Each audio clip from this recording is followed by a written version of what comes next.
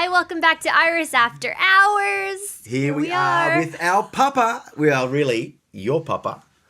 And our spiritual papa, Roland Baker. Roland? Roland? That was interesting. You pronounced that correctly. I know. Nobody does that. I know. I'm trying to because It's not Roland. No, everybody says No. Roland. I just quit correcting them. I know. And for years I've been saying Roland, but it's Roland. Nobody gets it right the first time. Come on, because it's the double L, isn't it? Yeah. Was that hard for you growing I up? was 1L, and then my mother changed it. Went back to the embassy and changed the birth certificate to Rolland for some reason. Oh my gosh. There's intentionality in it. That's why. That's now I understand why you, I would be really wanting it that way too. It's French. You know, that Roland is English. Yes. Wow. Oh my God. I didn't know. I don't know anything. Family secrets coming out here on I Iris had no After Hours, idea. guys. It's French. Yeah. She went back to the now. Which embassy in China? China, yeah. I suppose technically I could have 3 passports: China and an English, American, and a Mozambican. Are you going to get your Chinese passport? You think? No, probably not. No. But I probably could. Probably could. I probably could. Roland. Yeah. Roland. It's French. Yeah. So when we have worldwide nuclear war, I have to choose my loyalties. Yes. Come on. Well, I'm dual now too, so I've got like US and Australia. So Sarah's 3. My wife. She's got English, Australian, and American. 3 passports. Good. Great. So you got to choose your allegiance. Now you have to know how to pronounce your words. Yes. All you got to figure out. Now, Roland, it is so good to have you back here with us because we love your wisdom. We love So wise. what you get to pour out. We love your everything about my you. daughter's impressed. Yeah. We love your seriousness about joy. I'm very serious about joy. Come on. Can't do without it. You know. I know. We love your history and your journey. And we want to find out more about your journey because your journey is quite incredible. How was the Christmas long podcast? journey. I mean, everyone, if you go back and watch the Christmas podcast, because that was amazing, just hearing all about on Hong Kong and Christmas and how it all happened. Yeah. That was really, really fun. Yeah. But earlier, let's go right back. Where were you born? Wait, as I that know. far back? Yeah. Yeah, as far We as I can know, scoot forward quickly. It's in this really big country in the east called China. Really big. Like, hang on, let me guess. Would it be like the 3rd biggest country in the world? It's No, it's sizable. 6th. Yes. Hang on. No, hang on. Let me get this right. Biggest geographical landmass country in the world is Russia, Yeah. Canada, then the US, Nathan's very then into geography. China. China, they're pretty close. China's there. 4. Yeah. And then it's Brazil, then Australia, 6. Yeah. So, Australia's not an island, right? Where are It's we? a continent. I don't know. I don't know what we're talking about. It's an island continent. Yeah. It's crazy. A lot of ocean, a lot of beaches. Yes. And some of them are safe to swim in. Yes. The ones with nets. Didn't you want to start with MIT or something? Yes, I'm going to scoot forward to that. But Okay, I don't know if everyone knows. Roland, you were born in China. I'm Chinese, actually. Exactly. Yeah, that's the first. What was your first language? Everything but slanted eyes. Yeah. Yeah. You can speak Chinese. Well, I started with a tribal language. Oh, the indigenous language. Yeah, Yeah. in southwest China. What's that called? It was a Yunnan dialect, the dialect of the province that we lived in. And then we moved to Hong Kong, and I learned Cantonese. And then we moved to Taiwan, and I learned Mandarin. And then I went to 1st grade, and I had to learn English. Oh my So that was gosh. number 4. Wow. Oh my gosh. But I had Chinese kindergarten. You know, all my friends were Chinese. I thought in Chinese. It was Chinese. You as dreamt well. in Chinese? Dreamt in Chinese, yeah. Chinese colors. Chinese colors. Lots of Well, red. red. Also, Red. Red is the Chinese Red's color still of your favorite happiness. color. Yes, yes. That's why cars have to be red. And Yep. every- His Land Rover's airplanes red. have to have a red stripe. Yes. Yep. Yes. That is incredible. So which embassy did your mother go to change your name? I'm just very curious about Roland. There was a U.S. consulate in Kunming where I was born. Right. Wow. What year was this, Roland? 1947. 47. It's out. The secret's out. Uh-oh. We know Roland's age now. 47. So straight after the war. 2 years after the war. Were your parents in China during World War II? No, they went back to the States. My father became a teacher, professor at Central Bible Institute, the Assemblies of God main college in Springfield, Missouri. Wow. And he met a girl in his class. Student? who became my mother. Yes. Student-teacher relationship. Whoops. Teacher-student relationship. Come on, the dirt's coming out now. Their honeymoon was in the Ozarks in Missouri. And yeah, that happened. And did H.A. preside over the ceremony? No, I don't. Or he might have been in China. Was he in China He then? was back in China. For you don't know, H.A. is Roland's grandfather, who has... Grandfather, author of Visions Behind the Veil. Everybody read it. And many other amazing books. But hey, there's an exciting story of how I first went to China. Oh, yes? I took a slow boat to China. You know, one of those slow boats to China you read about. Yeah. And That's like a... That's in the... It took the months. classic- That's when That's in my the- mother was carrying me. And they're in an old ship. So you freighter. were conceived in... I was conceived probably in Missouri. I don't. So Sorry. there's US roots here. Yeah, Come on. Okay. Perhaps even in the Ozarks, perhaps. Are you a honeymoon baby? Are you a honeymoon baby? Oh, probably. Wow. Did you know this, Chrysalin? No, I didn't need to, actually. There's. Okay. So you're on, Zoe needs to know this when she gets older. Next subject. you're on a slow boat to China. Yeah, slow It boat. took That's in the months. Oxford Classic Books of Phrases, you know? Slow boat to China, it's a classic phrase So now. I'm off to Quote the unquote. mission field, you know, deep inside my mom Come on, in the secret place, in the secret place. being knit together. Psalm 139. And the Pacific's You pretty- are God's pretty handiwork. Big, yes. It takes a month for those old freighters to get across the Pacific. A month. Which port did you ship out of? Probably San Francisco. Right. Oh, so you I can... did it later when I was older. Ah, the And same... you had to same stop. trip. You had to stop along the way, right? Well, yeah, but Philippines? see, across the ocean, it was pretty beautiful. You know, I did it later. There's lots of flying fish across the decks, incredible tropical sunsets, and sometimes the engines would break down and we'd just drift in the ocean, in the South Sea Pacific, and we'd dive off the ship, you know, for fun and all that. Oh my But gosh. this ship ran into a huge typhoon No. Well, halfway across. Massive typhoon. Really bad typhoon. that's like a cyclone. I mean, an extreme typhoon. Oh my The kind of typhoon where people are thrown back and forth from wall to wall, breaking bones, you know. And the infirmary, the clinic on board What? was full of people with broken bones, just by being thrown around so violently. Oh my And the God. waves How were big so was the big. boat? I don't know. No, this is Was just it 100 foot? typical 200 foot? freighter. No, just That was a freighter, right. It's a freighter. Wow. Combination freighter passenger plane, but passenger boat. But the captain gave up hope.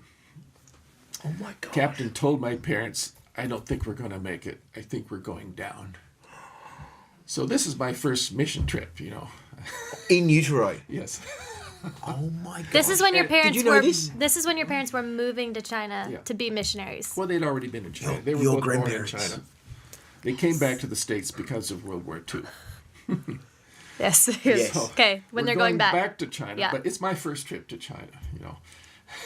And you almost didn't make I it. almost didn't make it. Tell us what happened. No, so they told them, then what happened? Well, they survived. You know, it was, They obviously it was prayed. a massive lot. You know, furniture, everything, chairs, everything crashing around, breaking bones, and sick, and everybody's sick. And Oh yeah, that's the worst thing. I've been on a boat in a really you bad know, storm. I You are was in just so sick. You feel so, and then you're sick for days later too. It's just the motion sickness is so. yeah, I was in a boat later, and experienced almost the same thing. You know, you're in a freighter, you're going up these huge waves, and then you go down the other side. You're just going down, down, down, down, down. And you don't see how you're going to get over the top of the next one. You just disappear into the water and somehow surface. Oh, that reminds me of a outreach in Pemba on the boat. Yeah, only times. Not good. Times 100. Not good. Oh, that's Times where everyone 100, but still, no one made it out of that except 2 people without No, there vomiting. wasn't a square inch of the deck that wasn't covered with, you know what. You know. Oh my yeah. On our honeymoon, Sarah and I had the same thing in Thailand. Yeah. We got on a boat and we had to get to this next island, and it was bad weather, but the boat hadn't run for a week, and they said we're going to go today, so we got on it, and it So, was. the truth is, the devil has tried to kill me ever since. And that was the first attempt. Come on, and you know what? You know you're You know doing what something right, You know what a famous right? Christian Isn't guy said- theologically that's what we think? if the devil ain't messing with you, he's already got you. Yeah, Denver, from same kind of different as me. yeah. Wow. So that was exciting, I'm told. Roland, that's amazing. Yeah. Did you know as a kid you wanted to be a missionary? No. That wasn't No. the plan, right? You were going to school for something else. No, when I was a kid, I incredibly admired my grandfather, but I was convinced I could never be anything like him spiritually. Right. He was Just too much of a giant. Too saintly, too dedicated. There's no way. And your dad was like him or not like him? My dad was more of a company man. He liked denominations. He liked to work together with groups of people, so we could get together, raise money, build Bible schools, do big projects together. Whereas my grandfather was the rugged individualist. He would just charge off on foot into the far mountains in remote China where nobody else would go. Wow. And he took the Great Commission seriously, Yeah. He looked after the 100th sheep, leave the 99 in the fold and go out and find that last sheep out on the mountainside in Tibet. And he took that so literally. He literally went to the ends of the earth to find those last sheep high up in the mountains where no other missionaries wanted to go. What a man. And I said, no, I can't do that. I know. Could any of us do that now? It's like, oh my gosh. Christy? I don't know. I went back to that mountain valley 50 years later after he left, and people still wept at his memory. They still They remembered just him. wept, thinking about how a white person from America could so sacrifice himself and his life and undergo so much hardship and go all that way just so they could find the Lord and have eternal life. And they tears running down their face. And my parents could never even go there because for a long time during the Cultural Revolution and all, no foreigners were allowed in that area. Wow. And so when I went, that whole area in the mountains of southwest China had just opened up to foreigners. Oh my gosh. But it still took a major trip to get there. Did your parents ever get to go back No, there? they never saw that mountain valley. Wow. I've seen things they haven't seen. And your dad lost a brother. Yeah, He's buried in Tibet. First two, yeah, his first two. First children two died children? in Tibet, yeah. Oh my So he was God. number 3. Oh, he was number 3. Yeah. That's why you're here. So you literally have blood in the soil Yeah. in Tibet. A lot of missionaries lost children. I know one missionary family that had 7 children and they lost 6 of them. Wow. Oh, it's terrible. Oh my gosh. But you grew up, you were close to your grandfather, really inspired by him, but did not think growing up you could do what he No, did. he's impossible. He's a saint. He's experienced all these incredible miracles. And So your plan was science. Did you know about Visions Beyond the Veil then or not? Had you read well, them? I didn't need to. The author was sitting with me. He'd tell me all told the you. stories. Wow. And he told me a lot of stories that are not in the book. You were always It's kind of fun. I was 5 or so in Hong Kong, and I still remember sitting on his lap. Our house is on a hilltop on a little island in Hong Kong Harbor. Now, the reason you're in Hong Kong Harbour is because this is when China shut down. It's You had when to get the out. communists kicked all the missionaries out. Yeah, so how old were you when that? About 4 2. or 5? 2. So you got to slow boat to China, learnt the language, was growing up, and then I was born on October 9, 1947. in Kunming. In Kunming. In 1949, we were kicked out. And so, That's pretty exciting. and My Hong mother Kong. said you could hear the guns of the Red Army in the distance approaching the city. Mao's army. How did you get out? We escaped by a riverboat down a river late at night. And Another we slow got an boat. old Army Curtiss C-46 plane. I still have pictures of it. And we flew off to Hong Kong and barely made it. Oh, It was Jesus. pretty exciting. Oh my gosh. When you were This 2. is your heritage. This is our heritage because he's our spiritual papa. This is our heritage, guys. Now, Kunming in those days is nothing like any city in China now. It was just old cobblestone streets and beggars everywhere and shacks and no law and order and, no police protection, no. No. It was really terrible. Gosh, so like the Wild West almost. Yeah, it was like the Wild West. Kunming was such an outpost. Beijing used it as a place to send criminals. When they like wanted to Australia. banish criminals. I thought you were going to, yeah. You could either send them to Australia or Kunming. Totally. And that's where the Holy Spirit chooses to land, to set down. He picks Kunming of all the places in the world. Come on. Could anything good to come pour from out one of the Kunming? greatest outpourings of revelation I've ever heard of in church history. Wow, that's amazing. My grandfather's book was just a little book. You can read it in a day, you know. Yeah, Visions Beyond the Veil, guys. You can get it on Amazon. But anywhere. that is one Or of the from most Iris. faith-building books outside the Bible that you can possibly read.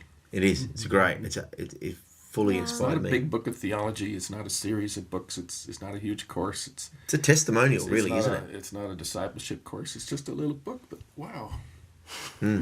Full of testimonies. Oh, man. Yeah. Of what happened, of experiences, of visions, of Yeah. what these children encountered. Yeah, these children had no prior exposure, so they weren't colored by their parents' upbringing. You know, they didn't have baggage. They hadn't heard Sunday school lessons. Nobody told them any stories. This is just all raw, just straight from God. Oh, it's so powerful. Yeah, guys, you have to get this book and read. If you haven't read Visions Beyond the Veil, it's a Christian must read. Yeah. Absolutely. We require it in Harvest School. in Yeah. Tampa. You know, it's required reading. So good. So you heard all of these stories, and you're in China, and then when do you think, I'm going to do science? I'm not going to do missions. Yeah, so Science. So where did you get? What happened after Hong Kong when you were 5? Where did you go? Taiwan. You were in boarding I school. went on furlough. Right. When I was in 3rd grade, my parents went on furlough. They'd been on the mission field 8 years, and they decided it was time to see America again. So when I was 8, we flew to America, and I spent 3rd grade in 3 different schools in the States. I remember 3rd grade. Yeah, one was in Springfield, Missouri, one was in Portland, Oregon, and the other was in Oakland, California. Wow. Yeah. Which was your favorite? Well, Portland was cool because it snowed that winter, Wow. Christmas time, and I remember rolling snowballs to school, and they got really big by the time I got to school. So awesome. That was fun. Oakland was cool because I joined the YMCA and learned to swim in Oakland when I Wow. was 8. Come on. These are very significant spiritual milestones. Yeah, You know. yeah. Come on. But when I went back to Taiwan at 8 and 9, something really big happened because I could no longer relate to my Chinese friends on the streets like I used to. You know, before I went to the States, everything was in Chinese. I thought in Chinese, all my friends were Chinese, Yeah. and I thought of Americans as those Americans. I never thought of myself as an American. But once I went back, there wasn't that closeness to my Chinese friends as there was before. How interesting. And also, I didn't know I was interested in science until then. Ah. I was pretty normal before It's then. coming back around to my question. Third time's the charm. Yes. Okay. So, I wasn't running around in the streets, you know, with normal people. I went to school, and they started to teach math in different things, and I discovered, hey, you know, this makes sense. Wow. Were you behind in your math? Had you? No, it wasn't behind. It was just didn't think about it. Right. But beginning in 3rd grade, I started reading and going to math and found out I could do it. Right. And it made sense. You know, unlike other courses, you know. There's a lot of courses that don't make sense, but math makes sense. There's an equal signs, and you have to prove things, and you have to have an exact result, and Yes. you have to solve problems, and there's an actual real answer. Yeah. And I just got hooked gradually, bit by bit, and, you know, until I just liked things that made sense. I Wow. like technical things because you could understand them. Yes. Who can understand people, you know? Exactly. That is a tough one. So I figured, you know, let's concentrate on something I can do. You know, some people wanted to be musicians. I took piano lessons. I even played the trumpet for a while. But science made more sense at the time. Yeah. Yeah. You didn't have to practice the same things all day long, you know. You know, music just catches some people, but science really caught me. Wow. And so. And so my parents, being good missionaries, brought sets of encyclopedias from the States. So beginning at about 4th grade, I started reading the World Book Encyclopedia. I love. Oh, we used to have that. We used to have the World Book. Remember? Yeah. It's a set this Yeah. long. Yeah, we had you know? that. I used to love looking at that thing. That was great. That was my daily devotions. I start with A, pull out the volume on A. You just start with atoms, and get into atomic energy, just like that, Oh my God. Wow, that is not how we 9, do things now. But you just work your way through, and I want to get a set of them for my just- kids. World Book I Encyclopedias. just lived in that set of encyclopedias. It's better than Britannica because it had lots of pictures. Yeah, World Book has. World Book has heaps of pictures. Yeah. That's the ones we had when I was a kid.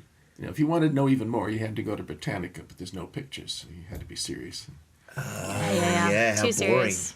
There was lots of great pictures. Even the ones, sometimes I had the pictures with the Yeah. clear, so you could see through them. But you know what's in the volume A? It's airplane. Oh. Oh, Aviation. interesting. You could look up airplane Yeah. and Air Force. And so I got interested in airplanes at that time too, because it's in the first volume. Come on. You don't even have to leave A. Just focus on that stuff. So I admired the church. I believed in Jesus, in the Bible stories, and I got super saved when I was 9. Whatever that. Super saved. Extra saved. Some people get super saved and they're about to get into a terrible accident. Their plane's spiraling down or something. And they realize they're going to meet their And I maker. cannot ever remember not believing in God. Same with me. Hey, high five, Roland. Yeah, That's me too. It's not like I woke up one day and realized, oh, there's a God. Yeah, I've never had that I experience. was just told since I was conscious, and I just believed in God. Yeah, me too. I didn't exactly understand the cross necessarily and conviction of sin and things like that, but Yeah. I just knew there was a God, and my grandfather's stories were real and never doubted them. But when I was 9, I was at a Baptist church in Taipei, Taiwan. And I still remember the pastor, Roy Hicks. And he was a super Southern Baptist preacher, I mean, he was pouring with sweat and he was mopping his microphone with his handkerchief and turning red. And he was so intense, his veins were bulging, but he was powerful and convicting. And the church had, I don't know, hundreds of people, maybe 500 people. And he gave this altar call, intense altar call. And I was the only one who responded, this little 9-year-old kid. The only one out of 500 people. Wow. I just ran forward, bawling my eyes out. And Oh my gosh, just like Heidi. yeah, just like Heidi. And when she was 16. Whoa. She was at a church of 500 people, and she was the only one who responded, and she ran forward screaming, Oh I'm a my sinner. gosh, you guys are classic, mate. Wow. Wow, And that's the pastor amazing. was shocked because I'm a missionary kid. I shouldn't need to be saved. And I said, but I do. I'm a sinner. And that's exactly what Heidi That's what said. Heidi Yeah, said. yeah. Oh my gosh, you two are amazing. I just bawled my eyes out. I was so convicted. And, Did you know this? I don't think I've heard this story. yeah. Wow. So that was a real reality shift for you in terms of knowing Yeah, your but my need of parents your were Savior. Assemblies of God, so I got into Pentecostalism. So Sarah was brought up, I heard you later, too. Later. Yeah. Yeah, so a lot of things changed, when I came back from the States that second time. Yeah. But I got saved, but that didn't mean I wanted to be a missionary or anything. No. Yeah, I was gonna say that's not. Yeah, So through after 9, you were in Taiwan, and your passion for science continued. Yeah. To what age? All the way through high school. In Taiwan. Yeah, in Taiwan. Did We came back to the States for a year and a half in the middle of high school. What years did you in high school did you do in the States, and where? 61 to 65. Oh, and where did you do? Where? Where?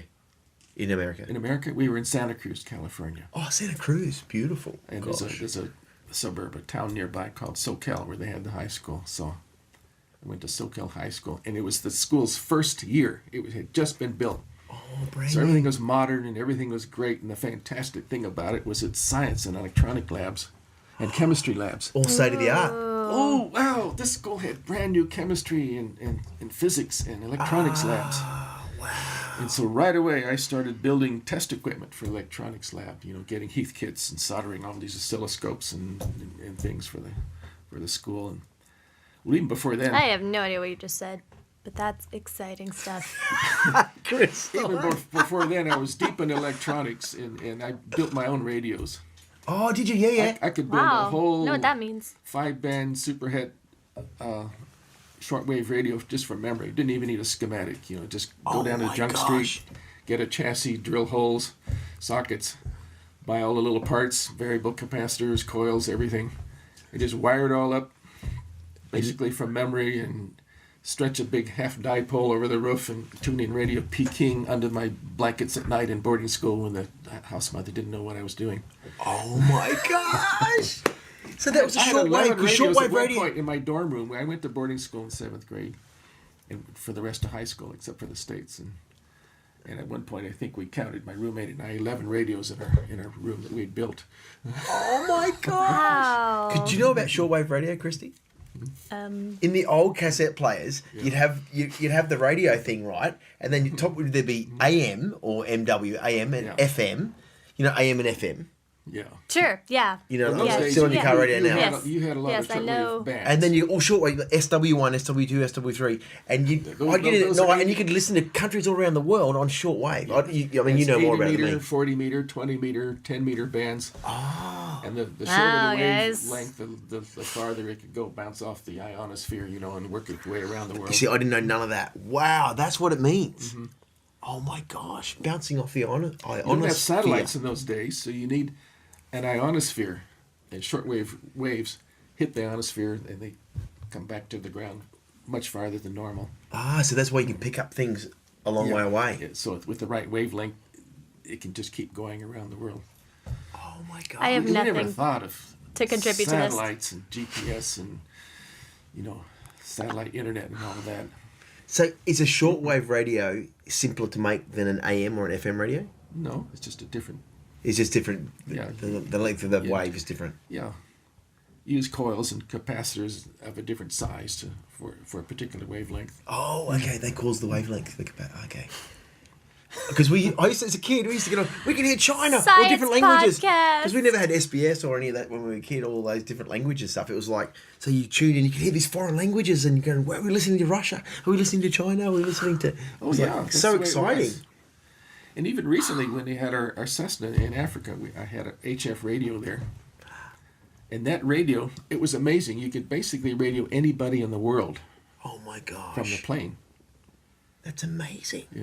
And sometimes I had to use that. This is old tech too. Yeah. We think we're all so But it smart was- and fandangled these days, but this is old tech. Airlines still use it Do they? in the middle of the ocean, to check in with islands as they go by, or Right. or the radio head position reports and that kind of thing. And that's UF, HF, high frequency. HF, high frequency. Yeah. This is definitely educational. They go farther than VHF, which is very high frequency, Okay. or UHF, which is ultra high frequency. Because I've heard of UHF, right. So the HF goes further. Yeah. Right. Now I'm heading towards something here.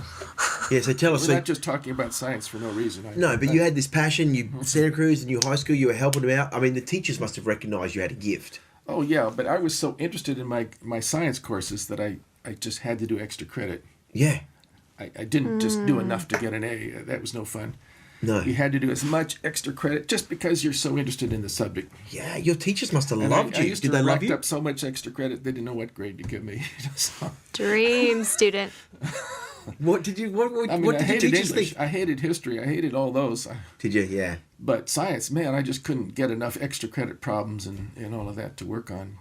If it took 3 days with no sleep to figure it out, I was, So physics, chemistry. Wow. You did physics and chemistry yeah, in math. and math. You loved all those. Yeah. Wow. Yeah. So guess who would be my friends? Fellow nerds. Not, I wasn't going to say that. not the basketball players, not the... Yeah. Not the in crowd. No, just the total nerds, We just get together late at night and stay up all night, working on stuff. And, you've heard about those guys that stay in the basement with a blackboard and eat junk food and never work out. And, Wow.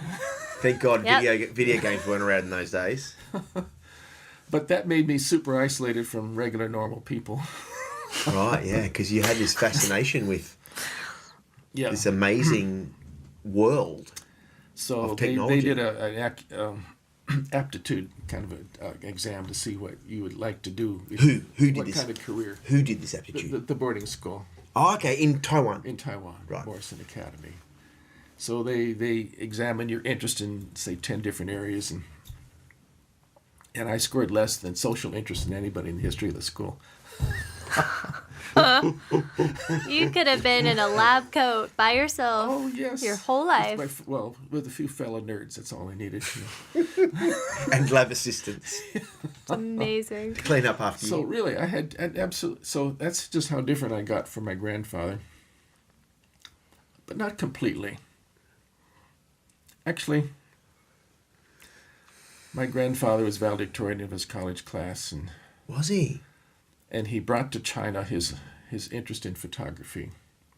Except in those days, cameras meant big aluminum plate cameras. And Massive. seeing the pictures meant developing them yourself, these big plates and sheet film. And equipment you carried on the back of yaks. Yeah. Over And that hills. meant to develop them yourself in the mountains of Tibet, you had to have tents. Black, dark tents. Oh, yeah, because you have to be in the And you black. had to carry chemicals in big bottles. And he So would crazy. haul all of that stuff on backs of yaks on those foot trails over the mountains of Tibet. So he could Lord. develop his big plates. Extraordinary. And then Yes. he really got So into he stereo re- pictures. He really had an interest in. So yeah, this is definitely part of your heritage through Well, HA as well. He got Yeah. very technical. He got into stereo pictures. What the That heck means is that? a big stereo camera, a big aluminum thing with two lenses, and it makes Ah. two negatives, and you make positive prints and put them on cards, and you stick them in a viewer, Oh, like binoculars. and it's like And yeah, when you look at those cards, they suddenly turn into 3D. 3D. yes. And it's fabulous. They were black and white, but they were so sharp and so realistic. It was like looking into a time machine. Of course. Just put you right back into old China, Yeah. and they were fabulous. Wow. So he had them when you were a kid to look at? Yeah. Oh my gosh. So you were hearing the stories, and then here, Roland, have a look at this, and Yeah. you're going as a 5-year-old, wow, Granddad, this is amazing. Exactly. And then my father picked up, and by then they had 4x5 speed graphics, and then they had twin lens Rolleiflexes using 120 roll film, 12 shots on a roll. 12 shots. And then finally they got down to 35 millimeter Kodachrome cameras.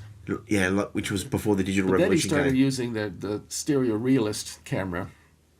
There's a stereo camera that used 35 millimeter Kodachrome slide film. Gosh, I never heard about And this. you put those into a viewer, Jeez. and now The you have slides. 3D stereo color pictures. Oh my gosh. And when I look back at those pictures, it's really is like a time machine. I look back at myself when I was 8 and 9. It's like looking at yourself in a vision. Gosh. It's not a print. It's so realistic. Yeah, because it's 3D. And because I guess people want things easier and they want to change lenses and all that, hardly anyone does it anymore. But man, it was fantastic. Yeah, wow. So he gave me my first camera when I was 8. HA, No, my father. your father. And I started developing my own film in my bedroom, myself, mixing the chemicals and cranking the film through the developer and washing it and hanging it up to dry and then making prints, all night long. Put blankets up on your window to make a window to make a Dark a room. dark room. Yeah. And You've been taking photos ever taking since? photos ever since.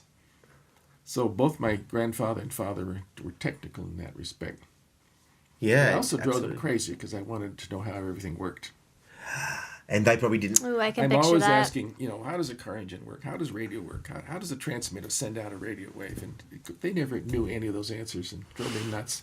So I had to go back to the encyclopedia, And after a while, I was instructing my dad how to develop pictures in the best way and got into electronics, how to record. We had big Ampex tape recorders in those days, and Reel to reel. yeah. We need to put out a warning that this podcast is for those who really want to geek out about photography Old tech. and old tech. Ultimate. Yeah, but guess what's coming back these days? I know. Well, they wear the Samsung things now for the virtual reality. Vinyl, virtual reality. Exactly, and you're looking at it already, 3D back in the day. And Yeah. wow. But you're in high school and you score very low on social interest, Yeah. Oh, very yeah, tell us high about in this science, test. and you decide, okay, No, we didn't hear what did you score in the science? What happened then? Oh, it's they didn't even know how to grade it. It was just I did so much extra credit, And so what did they say? A plus plus. But I don't know what they.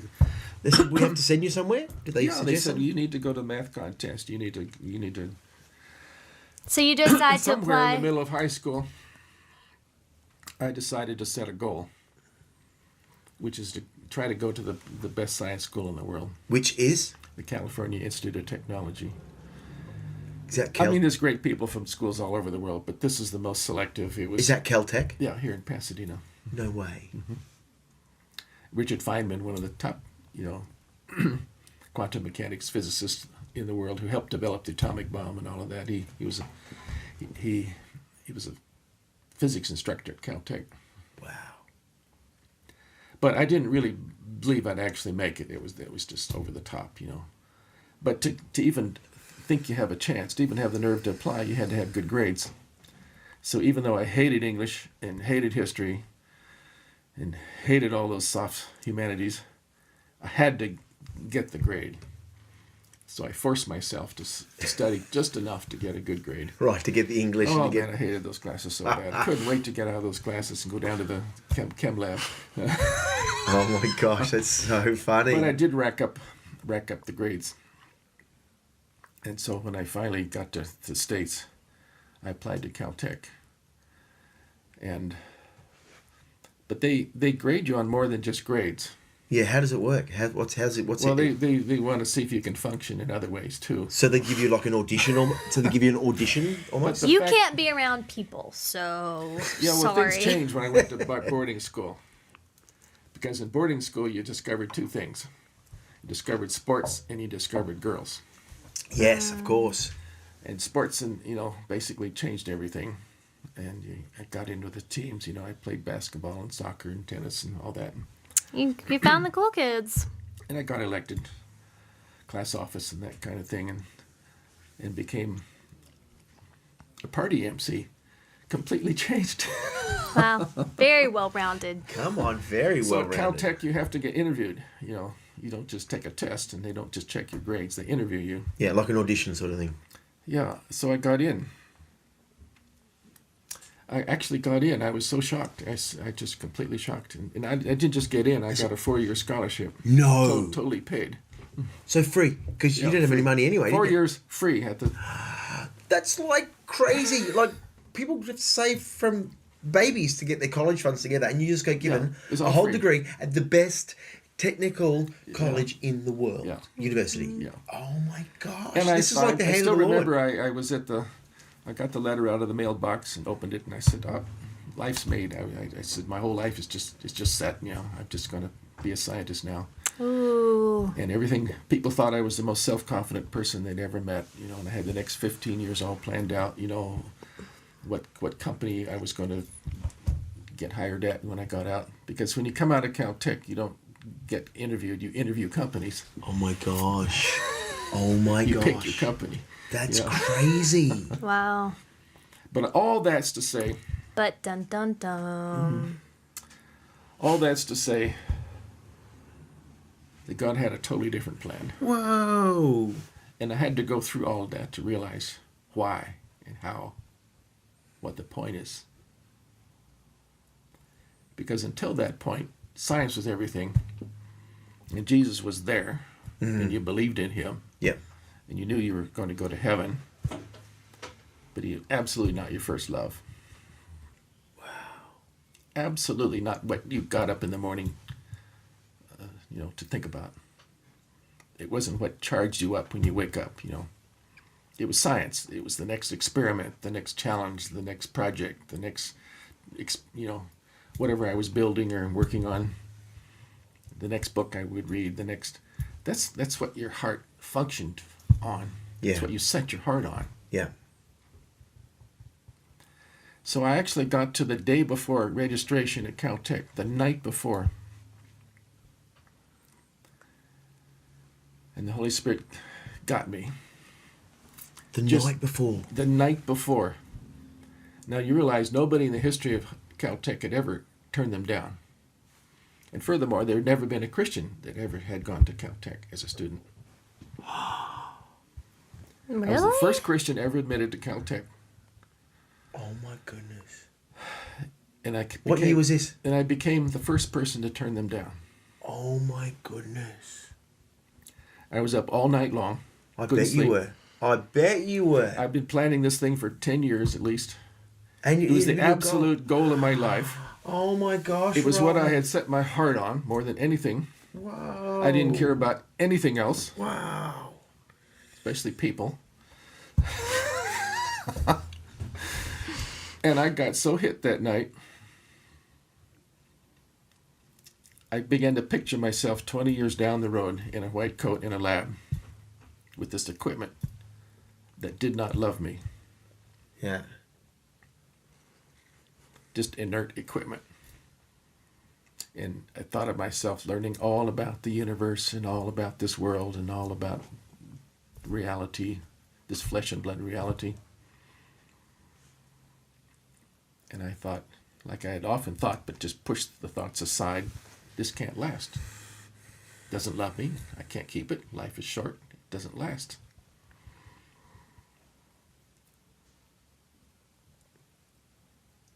And I said, I have a choice to spend the next 20 years getting to know the creation as well as possible, or the Creator. Wow.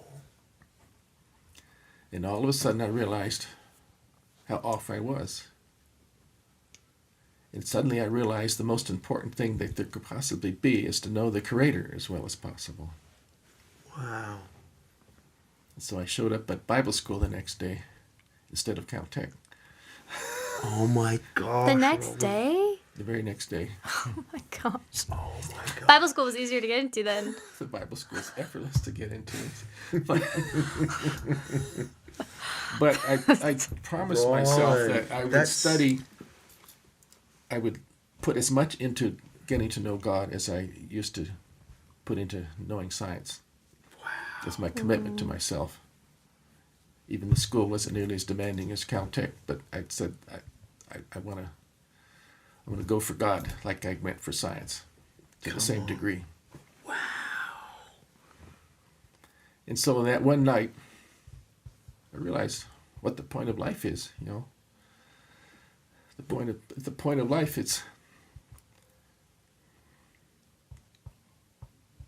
finding Him, Yeah. finding Him, connecting with Him, Oh. joining Him, becoming one spirit with Him, being in love with Him. And now His life is your life. And all the things that sustain God, all the things that make Him happy, all the things that He has energy for, all the things that He has vision for, all the things that energize Him, all the things that make life fun and happy and exciting, and they're all in Him and nowhere else. Wow. Because He's the Creator. Yeah. And so if I want all those things, I'm going to have to go to Him, because He has all those things. He never gets bored. He never runs out of ideas what to do. He's not lost. He's not insecure. Whoa. He's safe, Come on. pure, perfect, Whoa. happy, thrilled for eternity. If I want that, I need Him.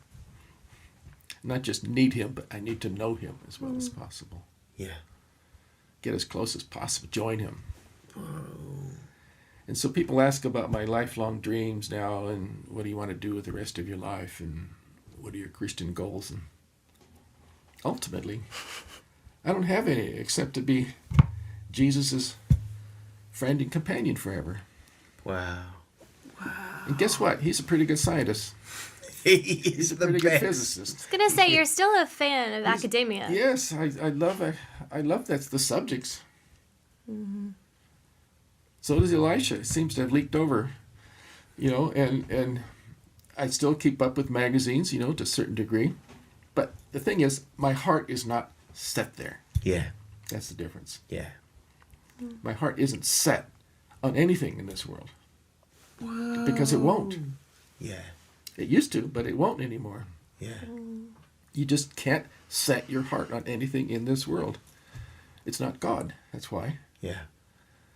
And it doesn't last. That's why.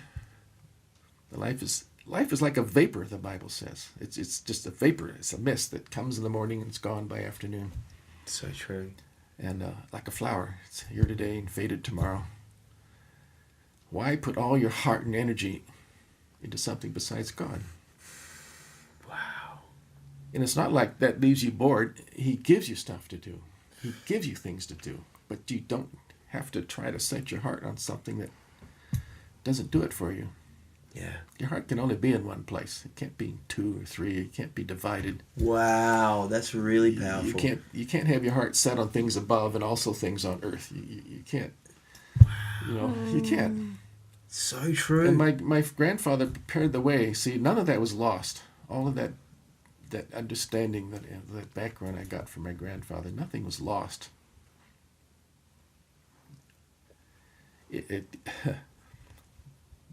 I mean, for a long time, I didn't think I could be anything like my grandfather. But finally, when I was, about 18 years old, I realized, hey, by the grace of God, that's all I want to be. Wow.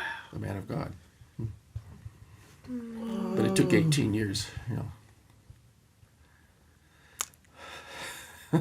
Wow, good choice, Roland. Good choice. But when you get to know God, you find out, oh, hey, Jesus is his revelation of himself. That's how he shows himself. He's infinite and invisible. You can't find him. You can't see him. You can't. But hey, here comes Jesus. Yeah. That's how God wants to be seen and known. The visible image of the invisible God. Yeah, our human companion that we can relate to. And yeah. That's God the disciples were sitting with, under the stars, under the olive trees. And 1 John says we touched him. We talked to him. Yeah. We talked with life itself. Wow. And that life, like I say, is actually more interesting than anything on the earth. Oh. He's the ultimate scientist, the ultimate musician, the ultimate artist, the ultimate adventurer, the ultimate explorer, the ultimate sportsman, ultimate animal lover, filmmaker, ultimate sunset maker. Oh, come on now. Sunset maker. Ultimate galaxy builder, Crazy marine animal maker. He's everything that's good. Whoa. And there's nothing good that's outside of him. Wow. So, Jesus is the point of life, of Iris. Come on. Of this podcast. I hope. Of this podcast. Great point. Anywhere Iris is is. the point of the Christian life. In fact, I would say the Christian life is not just a set of doctrines and beliefs and goals and projects and aims and dreams. And it's a person. Wow. Come on. It's a person. It's utterly personal. And to the degree that you get impersonal and you're just thinking about ideas and ambitions and all, then you don't have anything to set your heart on, really. Whoa, wow, that's so powerful, You Roland. can only really set your heart on a person.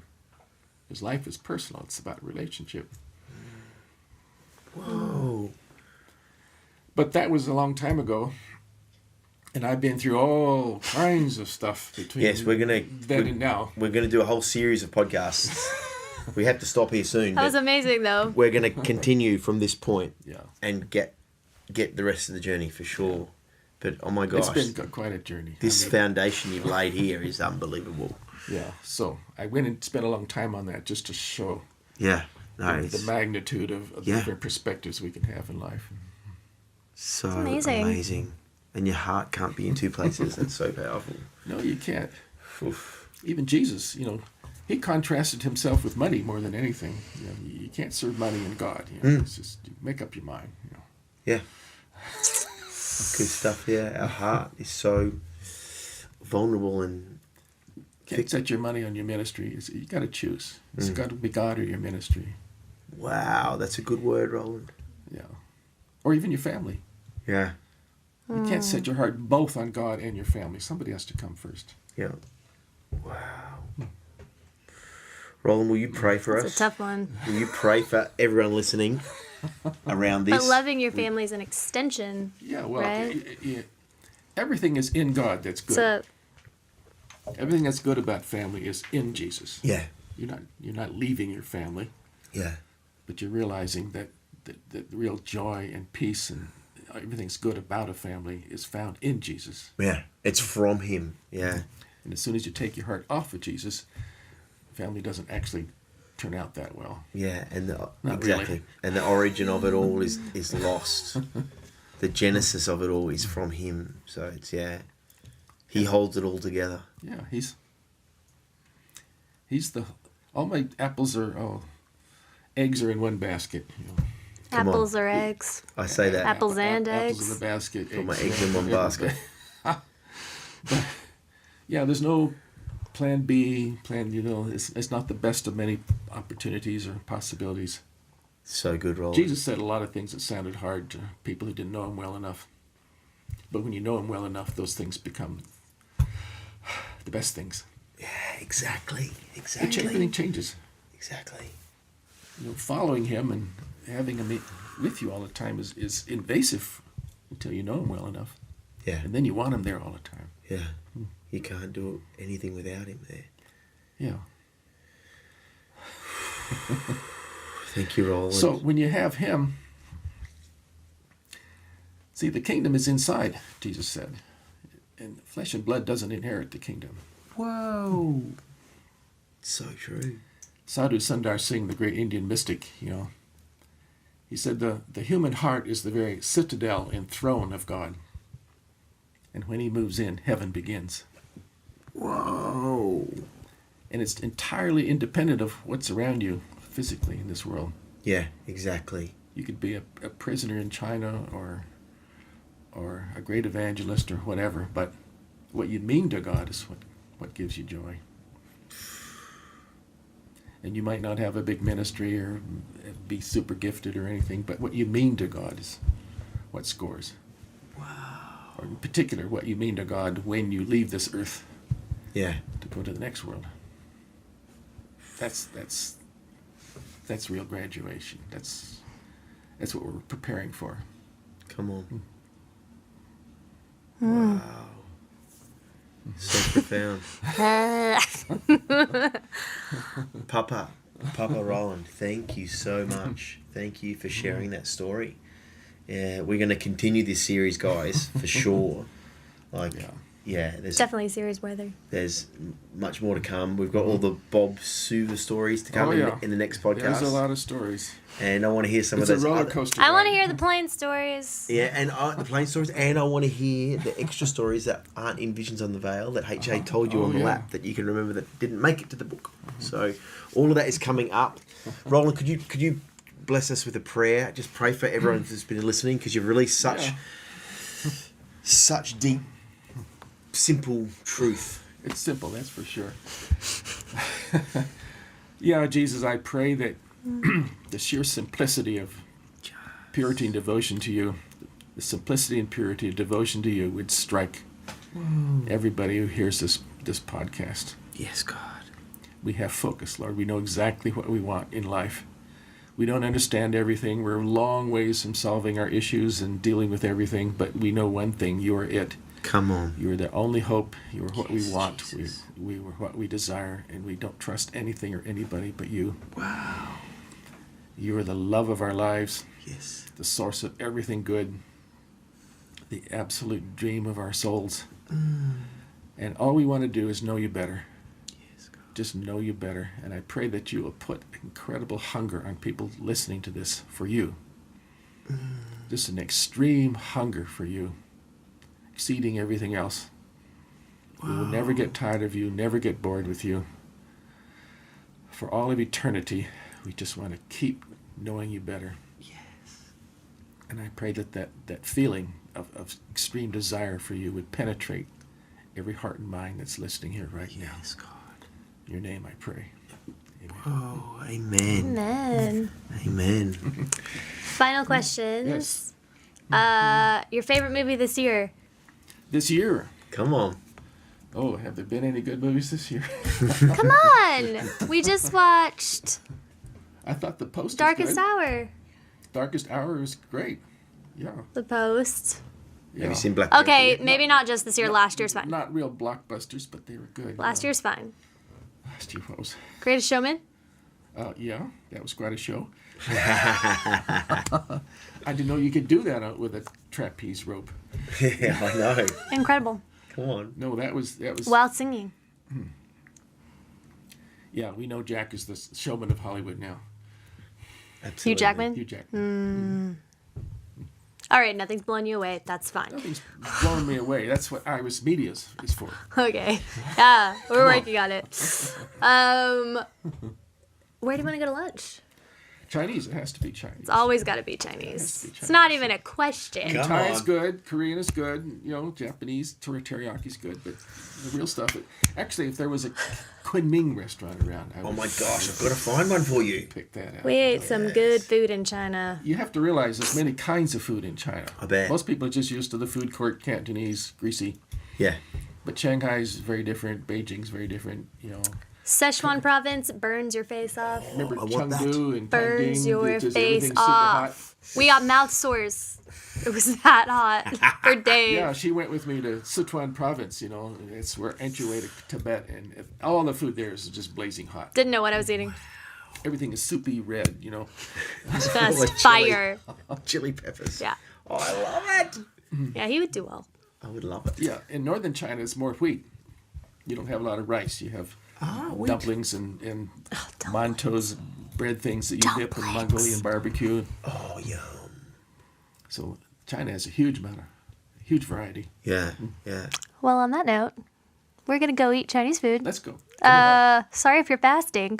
Also, if you have comments or questions you'd like to leave, you can do so in the comment section under the YouTube channel. You can subscribe to our YouTube channel or Yes. subscribe to the podcast at Apple Podcasts or wherever you get your podcasts. Yes, And thanks for listening. download the app so you can watch these shows. And if you're a filmmaker, artist, actor, or musician, Quick songwriter, plug.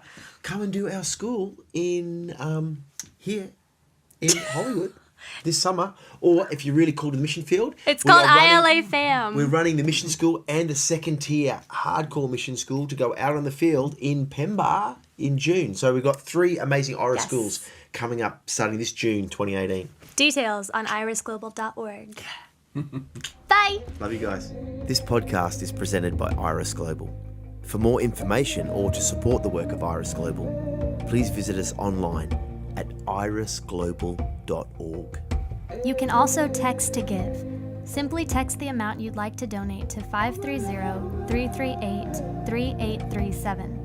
Or to speak to someone at Iris Global, call our office at 530-255-2077.